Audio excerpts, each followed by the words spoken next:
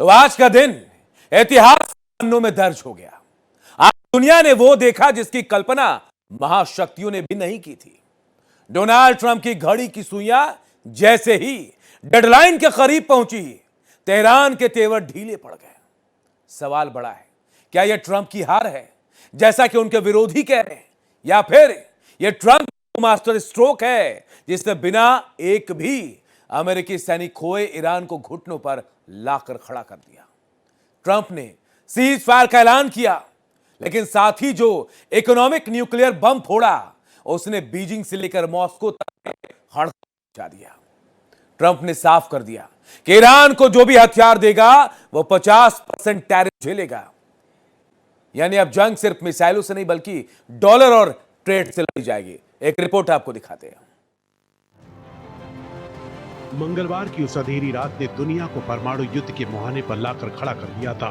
Trump की deadline करीब थी, लेकिन तभी खबर आई सीज फायर। ये कोई साधारण समझौता नहीं है। ट्रंप ने साफ कर दिया कि ईरान को हथियार सप्लाई करने वाले देशों को अमेरिका में व्यापार करने के लिए 50% एक्स्ट्रा टैरिफ देना होगा। ये चीन और रूस जैसे देशों के लिए सीधी चेतावनी है। वहीं अमेरिकी रक्षा मंत्री पीट हेगसेथ ने कहा कि सीज फायर के लिए ईरान ने गिड़गिड़ाया है। Chance of death to America, targeting our people, killing Americans, lying and blackmailing their way toward a nuclear weapon, so they thought. No longer. Not on our watch. Other presidents marked time and kicked the can down the road. President Trump made history. From the strike that took out Qasem Soleimani, to tearing up the disastrous Obama-Iran deal, to the precision campaign that obliterated Iran's nuclear sites in Operation Midnight Hammer, to the decisive military victory we just achieved in Operation Epic Fury. राष्ट्रपति Trump ने इतिहास रच दिया। रक्षा मंत्री Hegseth के शब्दों ने साफ कर दिया कि अमेरिका इसे ईरान की मजबूरी मान रहा है। ट्रंप ने अब टैरिफ वार छेड़ दिया है। उन्होंने दुनिया को अल्टीमेटम दिया है, या तो ईरान को हथियार दो या फिर अमेरिकी बाजार में व्यापार करो। 50% टैरिफ का मतलब है उन देशों की अर्थव्यवस्था की कमर तोड़ना जो तेहरान के पीछे खड़े थे। लेकिन सवाल ये है कि क्या सीज फायर ट्रंप की हार है? क्या ये सीज फायर टिकाऊ है?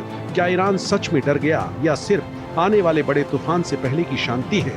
Bureau report, Bharat express. तो आज का सवाल भी यही है, क्या ये ट्रंप की हार है या फिर ईरान की जीत है, या फिर कोई अलग स्ट्रेटजी ट्रंप चल रहे हैं और जिसका खामियाजा उन देशों को भुगतना पड़ेगा जो अमेरिका के खिलाफ ईरान की मदद कर रहे हैं। हम सवाल भी कर रहे हैं और हमारे साथ मेहमान भी जुड़ेंगे। साथ ही एक नंबर आपके टीवी स्क्रीन पर फ्लैश हो रहा है, उस नंबर पर कॉल करके सीधे आप हमसे जुड़ सकते हैं, अपने सवाल रख सकते हैं, सीधे अपनी बात कर सकते हैं। लेकिन हमारे साथ मेहमान जुड़ गए हैं, ब्रिगेडियर रिटायर्ड शरदेंदु रक्षा विशेषज्ञ हैं। सर, बहुत बहुत स्वागत है आपका।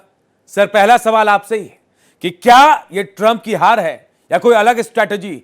14 दिन का युद्ध विराम, क्या सोच है सर, क्या देखते हैं इसे आप?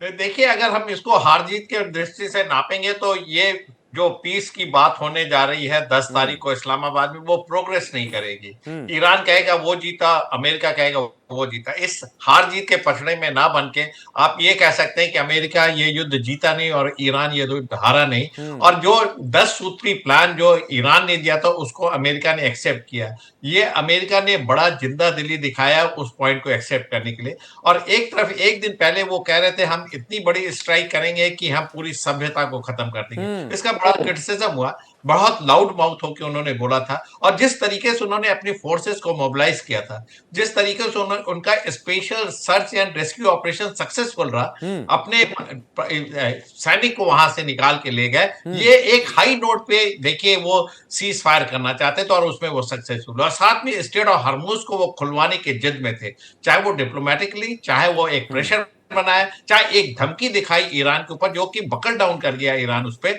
और पीस की बात हुई। अब उन्होंने 10 सूत्री जो पॉइंट है उसको एक्सेप्ट नहीं किया, उस पर बात होनी है, नेगोशिएशन होने, जिसमें यूरेनियम एनरिचमेंट भी है, बैलिस्टिक प्लान भी है, हुतीज और हिजबुल्लाह और हमास का सपोर्ट भी है, और साथ में क्या आगे की दशा होगी ये डिसाइड करना। और साथ में एक देखिए, ट्रंप ने बोला है कि मिडिल ईस्ट का गोल्डन एरा शुरू होगा और कैसे शुरू करेंगे? जो हर्जाना अमेरिका को भरना था, अब उसी स्टेट ऑफ हॉर्मुज पे देखिए टैक्स लगेगा, और टैक्स ईरान और ओमान लेगा। ओमान से कहीं ना कहीं अंडरस्टैंडिंग अमेरिका की है, तो एक तरीके की डील उन्होंने कर दी है, जो कि हमेशा के लिए एक रेवेन्यू जनरेशन हो गया। और साथ में उन्होंने अपने इस युद्ध विराम के साथ शेयर मार्केट को अप किया, क्रूड प्राइसेस को डाउन किया। तो कई सारे फ्रंट पे उन्होंने एक साथ काम किया है। और मैं दिखाता हूं कि देखिए ईरान के 10 पॉइंट को मानना, देखिए अभी नेगोशिएशन टेबल पे जाएगा। और एक तरीके से चाइना ने भी ईरान के ऊपर प्रेशर लगाया, क्योंकि स्टेट ऑफ हॉर्मुज से तमाम उसकी एनर्जी नीड मीट बिल्कुल, आउट कर रही सबसे है। ज्यादा तेल चाइना को ही सप्लाई होती है सर। और मैं आपको रोकना चाह रहा हूं, एक कॉलर हमारे साथ जुड़े, राजेंद्र सिंह फिरोजपुर पंजाब से। राजेंद्र जी, क्या कहना चाहेंगे? क्या ये ट्रंप की हार है? क्या लग रहा है आपको? हाँ हाँ हाँ, डिफीटेड होगा ट्रम्प पे। जी, 40 दिन तक युद्ध चला, लेकिन ये लग क्या रहा है आपको? कौन जीता, कौन हारा? ये ईरान जीत गया है। ईरान जीत गया। चलिए, बहुत बहुत शुक्रिया आपका। तो देखिए, आम लोग अपनी अपनी राय रख रहे हैं। हम एक बार फिर कह रहे हैं कि जो नंबर फ्लैश हो रहा है, आप उस नंबर पर कॉल कर सकते हैं, अपनी राय रख सकते हैं हमारे साथ। देखिए, शरदेंदु जी हैं, ब्रिगेडियर रिटायर्ड हैं, रक्षा विशेषज्ञ हैं, सवालों के जवाब भी दे रहे हैं। शरदेंदु जी, देखिए, आम लोग अभी समर्थन ईरान को कर रहे हैं। मतलब एक कहते हैं ना कि भाई इमोशनली अटैच है ईरान के साथ। अमेरिका इतना बड़ा देश, 40 दिनों तक युद्ध चल रहा था, बहुत सारी चीजें अप एंड डाउन्स भी हुई, लेकिन बहुत सारे लोग ये मान रहे हैं कि इसमें ईरान की जीत है। वो 10 पॉइंट जिसका आप जिक्र कर रहे हैं, वो 10 पॉइंट कहीं ना कहीं ईरान की बेहतरी के लिए हैं, और उनको मानना अमेरिका की मजबूरी है। ऐसा है क्या? देखिए, मजबूरी तब होगा जब ये फाइनल ड्राफ्ट साइन हो जाएगा। अभी तो बातचीत का सिलसिला शुरू होना है, और उसमें अमेरिका ने जिस प्रेमाइस पे युद्ध शुरू किया था कि न्यूक्लियर एनरिचमेंट नहीं होने देना, वो भी उसमें शामिल है। और साथ में उसमें ये लिखा है कि बैलिस्टिक प्रोग्राम चलाते रहेंगे और तमाम प्रॉक्सीज को वो सपोर्ट करेंगे। उसमें तो ये भी है कि अमेरिका पूरे मिडिल ईस्ट से अपने मिलिट्री बेसिस को वाइंड अप करेगा और तमाम इकोनॉमिक सैंक्शन को हटाएगा। तो कुछ कंसेशन जरूर हो सकता है, इकोनॉमिक सैंक्शन हटाए जा सकते हैं। स्ट्रेट ऑफ हॉर्मुज पे एक तरीके का कंट्रोल ईरान और ओमान का ज्वाइंट होगा। और अगर आप बोल रहे तो उसमें तीसरा एंगल उसमें डालना चाहता हूं। अमेरिका देखिए स्ट्रेट ऑफ हॉर्मुज को छोड़ेगा नहीं, नंबर 1। उसने अपने फ्लीट को नहीं हटाया है, तमाम जो डिप्लॉयमेंट वो कंटिन्यू है, ऑपरेशन सस्पेंडेड है। अगर टॉक सक्सेसफुल नहीं हुई तो उस पर वो फर्दर प्रोग्रेस करेगा। लेकिन अब उसको एक एंट्री पॉइंट मिला है स्ट्रेट ऑफ हॉर्मुज में जाने के लिए थ्रू ओमान। और आगे आने वाले दिनों में अगर ये पीस टॉक सक्सेसफुल हो गया, पीसफुल एनवायरनमेंट हुआ, तो अब ओमान के थ्रू वो इस इलाके पे डोमिनेट करेगा। ओमान में वो ऐसा मिलिट्री बेस बनाएगा जिससे कि वो स्ट्रेट ऑफ हॉर्मुज को भी डोमिनेट कर सके। अभी तो वो मिलिटरली अपने शिप को उसके अंदर घुसा नहीं सकता। जब ओमान में वो मिलिट्री स्टेशन और 1-2 आइलैंड को वो पकड़ लेगा, तो वहां अपनी मिसाइल डिप्लॉय करेगा, अपना नेवल बेस लेकिन बनाएगा। सर एक सवाल मेरा आपसे ये बन रहा है यहाँ पे लगाएगा। कि आप ओमान की बात कर रहे हैं, फिलहाल स्ट्रेट ऑफ हॉर्मुज पर ईरान जो है वो टैक्स ले रहा है, लेकिन क्या ईरान इस बात को मानेगा? वो तो ये कह रहा है कि भाई जहां जहां आपके सैन्य बेस है उनको हटाइए। ऐसे में ओमान में एक और सैन्य बेस बनाना क्या मंजूर करेगा ईरान? देखिए, ईरान अभी टॉक टेबल पे बात हो रही है, और ये बहुत बड़ा डिमांड है कि आप अपने 40,000 सैनिक और तमाम मिलिट्री बेस को, इस पे एग्रीमेंट होगा ही नहीं। उस पे आप स्टेटस को पे जा सकते हैं, लेकिन वो विड्रॉल पे नहीं होगा। तो बातचीत की शुरुआत है। और इजराइल को आप कैसे मनाएंगे युद्ध विराम के लिए, क्योंकि वो आज भी सदर्न लेबनान पे लगातार हमले कर रहा है। उसका कहता है कि हमारे सिक्योरिटी कंसर्न तो रिजॉल्व ही नहीं हुए, इशू वहीं के वहीं है, लिहाजा उसको परमिशन दी जाए वो अपने ऑपरेशन सदर्न लेबनान में जारी रखे। तो वो भी एक बहुत बड़ा रोड़ा है। तो बात कहां पे अटक जाएगी? कई बार देखिए पीस टॉक होती है, सक्सेसफुल नहीं होता, ऑपरेशन फिर से लॉन्च हो जाते हैं। तो एक मौका है, इसको कैपिटलाइज करना पड़ेगा। इसीलिए मैंने शुरुआती दौर में कहा कि जीत हार के पचड़े में ना पड़ के इस मौके का सदुपयोग करें, आगे प्रोसेस करें, और 10 में से 5 आप माने, 5 ईरान छोड़े, तब बात आगे बढ़े। अमेरिका ने अपने 15 पॉइंट को शेल्फ कर दिया है, वो बातचीत करने के लिए आया, क्योंकि उसने देखिए एक ऐसा माहौल क्रिएट कर दिया था, इतना थ्रेटनिंग ईरान को कर दिया था, और विश्व में उसका सपोर्ट हो नहीं रहा था। बिल्कुल। तो यूके का जो है मिलिट्री बेस इराक से वो वापस जा रहे थे। यूनाइटेड नेशन के सिक्योरिटी काउंसिल में ओपनिंग ऑफ हॉर्मुज के लिए वीटो लगा दिया गया। आप जो बात बता रहे हैं 10 पॉइंट टेबल्स पर, 10 चीजें जो सामने आई हैं। एक कॉलर वीरेंद्र बिहार से हमारे साथ जुड़ रहे हैं। वीरेंद्र जी, क्या लग रहा है आपको? 40 दिन की लड़ाई में कौन जीता, कौन हारा? क्या ट्रंप की हार हुई है? सही सर जी, ट्रम्प की अब बिल्कुल हार है जी। क्यों बहुत बड़ी करते कुछ नहीं कर पाए इतने दिन की लड़ाई में जी। कुछ नहीं कर पाए वो इतने दिन की लड़ाई में। तो ईरान को बढ़त दे रहे हैं आप यहाँ पे? ईरान बढ़ा हुआ है आगे? जी सर, जी सर, जी इससे मुझे लगता है। चलिए, बहुत बहुत शुक्रिया वीरेंद्र जी। तो देखिए, बिहार से तमाम लोग चाहे अलग अलग जगहों से हमारे साथ जुड़ रहे हैं, और शरदेंदु जी भी हमारे साथ जुड़े हैं। शरदेंदु जी, देखिए, मैं वही बात कह रहा हूं कि आम लोगों के जहन में क्या है, वो मानते हैं कि ईरान जैसा देश, जहां अमेरिका कह रहा था कि भाई हम वहां सत्ता परिवर्तन करेंगे, उसके बाद सब कुछ ठीक हो जाएगा, लेकिन 5 दिन के बाद 40 दिन तक आ गई। 40 दिन तक लड़ाई ईरान लड़ता रहा। जो बात कही जा रही थी कि भाई अभी उसके सारे, अमेरिका कह रहा है नेवी खत्म कर दी, एयरफोर्स खत्म कर दी हमने, लेकिन फिर भी लड़ाई हो रही थी। मिसाइलें क्या अब भी हैं ईरान के पास कि वो लड़ सकता है? देखिए, ईरान ने जब जिस युद्ध कुशलता का इसमें एग्जाम्पल दिया वो काबिले तारीफ है। उन्होंने अपने पहले सारे क्रूड मिसाइल से टारगेटिंग की, और बहुत सारे जो उनकी जो फायर डिसिप्लिन थी, जो मिसाइल लॉन्च करने की जो डिसिप्लिन थी, और जो डिसेंट्रलाइजेशन किया, आईआरजीसी के लोकल कमांडर को ये हक दिया था कि वो अपनी लोकल मिसाइल और ड्रोन से हमले करें, टारगेट का सिलेक्शन करें, और जिस तरीके से कंजर्व किया अपने रिसोर्सेज को लॉन्ग युद्ध लड़ने के लिए, वो काबिले तारीफ। अभी भी मेरा मानना है कि 50% से ज्यादा ईरान के पास मिसाइलें हैं, और साथ में लगातार प्रोडक्शन जारी है, और ये प्रोडक्शन यूनिट अंडरग्राउंड है, हिल के अंदर है, अंडरग्राउंड है, जहां तक मिसाइल और किसी भी ड्रोन का पहुंचना संभव नहीं है। और वहां बस्टर बम भी लगातार नहीं जब पहुंच आप सकते हैं, क्योंकि अमेरिका तो कहता है भाई 1000 किलो का से भी ज्यादा हमारे पास बस्टर बम है, जो जमीन के बहुत नीचे धमाका कर सकते हैं, नुकसान पहुंचा सकते हैं। देखिए, एक या दो को आप टारगेट कर लेंगे, लेकिन जब वहां लोकल यूनिट पे, अब जब आपके डिस्ट्रिक्ट लेवल पे जब इसका मैन्युफैक्चरिंग हुआ, ये बहुत हाई टेक्नोलॉजी वेपन नहीं है। ड्रोन आप गली मोहल्ले में एक लोकल टेक्नोलॉजी से बना सकते हैं, क्रूड मिसाइल आप किसी भी लेवल बना सकते हैं। सर, जब आपके एक पास कॉलर है, तमाम- एक कॉलर है, उनको ले लेते हैं। सुनील शर्मा हमारे साथ एक कॉलर जुड़ रहे हैं। सुनील जी, आपको क्या लगता है, आप भीलवाड़ा से जुड़े हैं, क्या लग रहा है आपको, ये ट्रंप की हार है या ईरान की जीत है या फिर ईरान की हार है? ये सर जो ट्रंप की हार बिल्कुल नहीं है।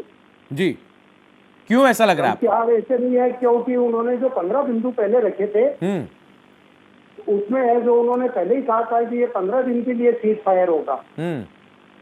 तो ईरान मना कर रहा था कि ये 15 दिन के लिए नहीं, स्थायी युद्ध विराम होना चाहिए।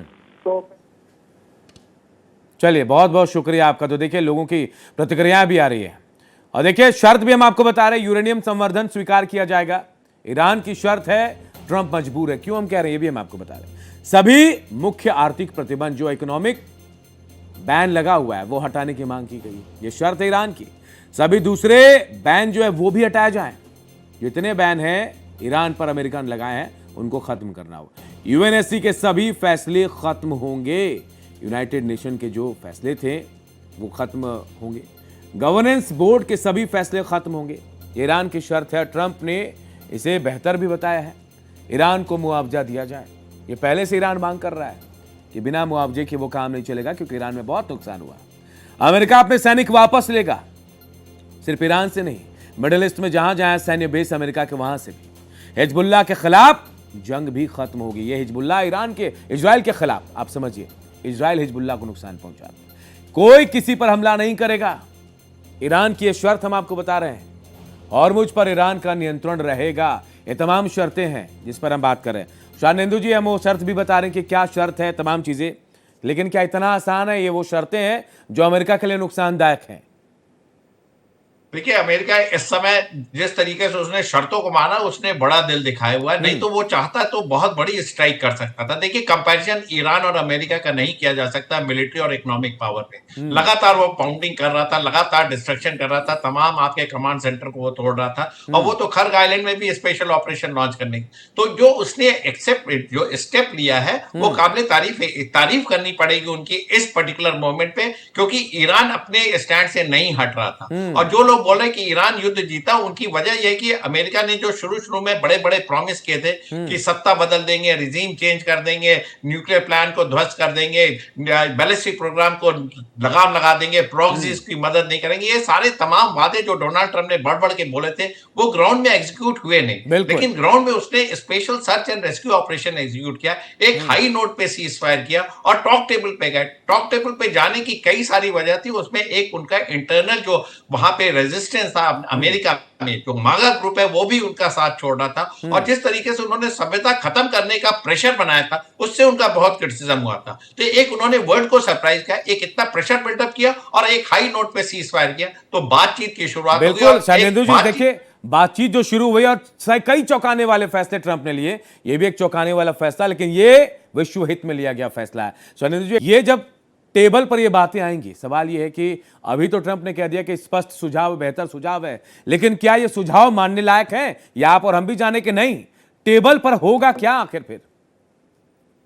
देखिए, टेबल पे बहुत सारे प्रेशर अप्लाई किए जाएंगे, डिप्लोमेटिक टॉक होगी, कुछ को पोस्टपोन किया जाएगा, कुछ ईरान को अपनी शर्तें छोड़नी पड़ेंगी, और अमेरिका का जो डोमिनेंस है, जिस तरीके से वो बात करते हैं, डिप्लोमेटिक चैनल, मिलिट्री लीडरशिप होगी, उनके शासन के लोग होंगे, एक तरीके का प्रेशर जनरेट करेंगे। और जब सीज फायर का आपने उनको स्वाद चखाया है, तो उसके बाद उसको कैपिटलाइज करने की बात करेंगे। और कहीं ना कहीं एक तो तंत्र ईरान में काम कर रहा है, सीआईए और मोसाद का, उसको भी उसमें एक्टिवेट करने की कोशिश करेंगे और उनके थ्रू बहुत सारी चीजों में पेनिट्रेट करने की कोशिश करेंगे। एक उन्होंने हमेशा बोला है कि वो एक ऑल्टरनेटिव व्यवस्था चाहते हैं, विद इन सिस्टम ही उन्होंने एक ऑल्टरनेटिव व्यवस्था बना रखी होगी, ऐसा मैं मानता हूं। कहीं ना कहीं जो ईरान के स्पीकर हैं, उनको वो कहते हैं कि अमेरिका के साथ जाते हैं। पेजेस्कियां भी बड़े मॉडरेट लीडर है, जो उनके प्रेसिडेंट हैं, उन्होंने हमेशा ही डायलॉग और डिप्लोमेसी को दिया है। आईआरजीसी के कमांडर हैं जो आज की डेट में they are calling the shot, वो हैं जो चीजों को मैनेज कर रहे हैं, युद्ध में लगातार बने और